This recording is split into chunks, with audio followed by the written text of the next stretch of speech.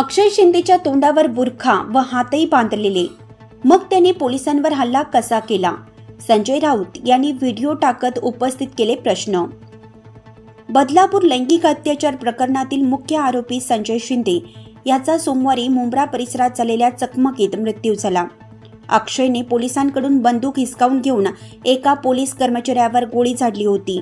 त्यानंतर पोलिसांनी स्वरक्षणार्थ केलेल्या गोळीबारात अक्षय शिंदे याचा मृत्यू झाला। या प्रकरणावरून विरोधकांकडून पोलिसांच्या भूमिकेवर संशय व्यक्त केला जातोय।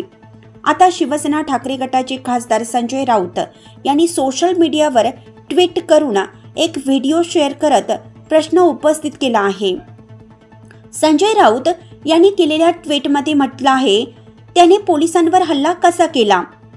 अक्षय शिंदे याला पोलीस घेऊन जात होते तेव्हा त्याचे हात बांधलेले व तोंडावर बुरखा होता। त्यामुळे नक्की काय घडलं? कुणाला वाचवण्यासाठी शिंदे फडणवीस हा बनाव करत आहेत? महाराष्ट्राला सत्य कळायला हवं।